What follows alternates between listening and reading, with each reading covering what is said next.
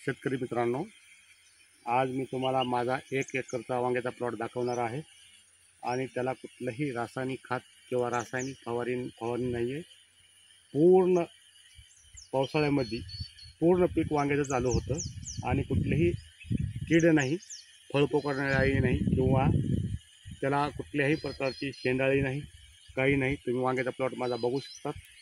त्या वांग्याच्या प्लॉटमध्ये सध्या फक्त आणि फक्त 2 फवारण्या, पहिली 2 फवारण्यामध्ये फक्त 2 फवारण्या नाही घेतल्या, 4-4 दिवसाला बदलून एक 4 दिवसांनी घेतली तर दुसरी 4 दिवसांनी दुसरी फवारणी घेतली आहे।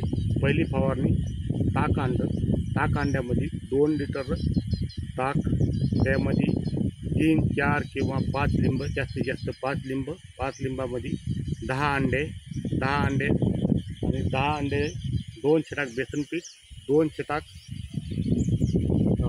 हिंग, आपलं हे जे खाण्याचा हिंग असतो तो हिंग वापरला आणि हिंग वापरल्यानंतर त्याला 5 दिवस द्रावण तयार करून ठेवलं आणि प्रत्येक पंपाला 150 ml याप्रमाणे त्याची फवारणी घेतली। आपण एकच लक्ष ठेवायचं, फवारणी करीत असताना त्याला थोडंसं उन्हाची चटक, जी आपलं ऊन असतं, जितकं उन्हामध्ये फवारतं तितकं त्याला चांगलं असतं। आणि दुसरी फवारणी म्हणजे गूळ, जर समजा आपण 1 किलो गूळ घेतला, 1 लिटर गोमूत्र घ्यायचं आणि 1 किलो केळी घ्यायची। त्या केळीच्या मिश्रणाला कमीत कमी 20 दिवस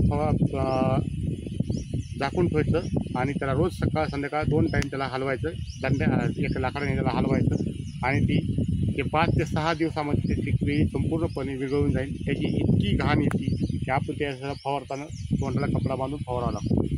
त्याच्यानंतर त्याची फवारणी 4 दिवस झाली, त्याची फवारणी घ्यायची। दुसरं 4 दिवस झाले की ताक अंडा घ्यायची। त्यात तुम्ही बघू शकता माझ्या वांग्याला कुठंही असं की शेंडाळी कुठला प्रकार नाही किंवा काही नाही। ह्याला कुठलं 13 फवारलेलं नाही किंवा त्याला कुठलं आणखीन 05234 सोडलेलं नाही किंवा त्या 1261 सोडलेलं नाही किंवा कॅल्शियम नाही किंवा बोरॉन नाही।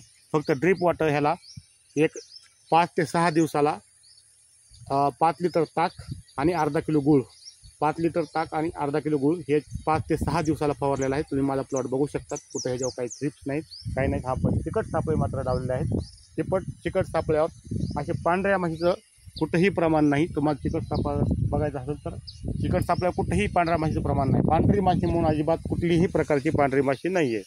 त्या पांढऱ्या माशीमध्ये तुम्ही बघू शकता चिकट सापळ्यावर पांढरी माशी आहे का ती। एका दुसरीचं मग आता शेतमध्ये जर एका दुसरी पांढरी आहे तर त्याच्यावर असू शकते, पण 99% पांढरी आहे, 99% ह्याच्यावर पांढरी माशी नाही आहे।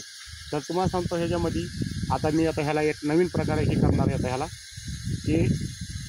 ह्याला म्हणलं की देशी दारू सोडायची खालून, एका पंपाला 60 ml ही देशी दारू सोडायची। आता ही देशी दारू मी उद्या सोडणार आहे। माझं पूर्ण इकडे ह्याच्यामध्ये पूर्ण इकडं ताक अंडं घेतलं, पुन्हा त्यांची ही घातलेलं गोमूत्र आणि ताक अंडं ह्याची मी ह्याला सोडीत बी नाही, खताशिवाय गुळाशिवाय दुसरं काहीही सोडीत नाही मी ह्याला। मला तुम्ही सर्व हा प्लॉट बघू शकतात आणि ह्याला कुठल्याही प्रकारचं मर्चिंग वगैरे काही हाताळलेलं नाही आहे। साधा आणि सुटीत त्याच्याप्रमाणे असं। आता तुम्ही ही फुलाची संख्या तुम्ही बघू शकता, त्या फुलाची संख्या किती आहे बघा तुम्ही। फुलं संख्या किती आहे। आता हे मधल्या पावसाने माझं त्याची फळ बंद झालं आहे, नाहीतर एका दिवसात 20 कॅरेट 22 कॅरेट 20 कॅरेट 22 कॅरेट असे हे वांगे निघत होते। पण आता हे मध्ये जे हे झालं तर ह्याच्या प्लॉटवर थोडं पाणी लागल्यामुळे थोडं दुर्लक्ष केलं होतं आणि आता हे पुन्हा आणखी प्लॉट आता मी कव्हर केला आहे। हा बघा तुम्ही। आणि ह्यात तुम्हाला विजिट द्यायची करायची असेल तर हा लिंबा गणेश, तालुका जिल्हा बीड, पिनकोड नंबर 431126 ह्या प्लॉटला कधीही येऊन भेट देऊ शकतात।